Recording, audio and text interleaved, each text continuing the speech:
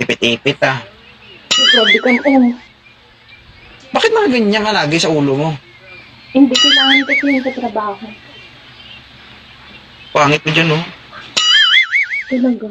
Ang ganda ko nga din. Oo. Di mas maganda kung may buhok ka. Siyempre.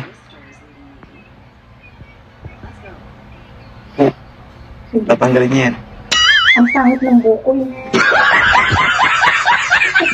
Hindi, okay na yan. Hindi, Okay. mas bagay kasi sa'yo may buhok ka, di ba? Nanibago ko, para kang panday, oh. Okay na. Kailangan mo. Kulang na lang kumuha ka ng martilyo, yun ako pako, tapos mamanday ko din sa bahay niyo.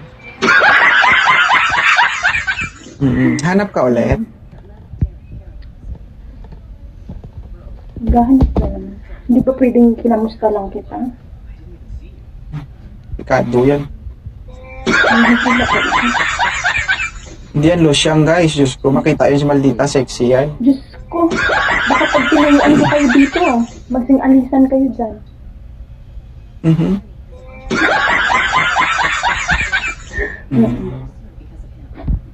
Wala man ako sakit, ba't mo ako kinakamusta? So, wala namang masamang bag nangamusta. Pinasa na. Kamusta ka na? Okay lang ako. Ito naman, tuloy-tuloy ang buhay, ganun. Ganun ba? Ayoko na. Single ka pa? Single ka ngayon? Oo. Oo. Ito lang yan, taste mo. Kamay-kamay lang.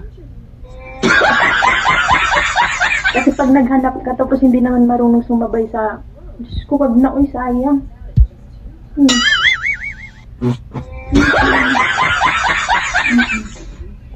Mas mabuti pa ikaw na lang. Tutuwa ka pa. Sarili mo na lang. Oo. Kasi pag may sinabay ka, tapos titigan ka lang, ano yun? Tapos uutusan ka pa. Subo mo nga to. Diyos kong aga-aga. Papasubo. Ano yun?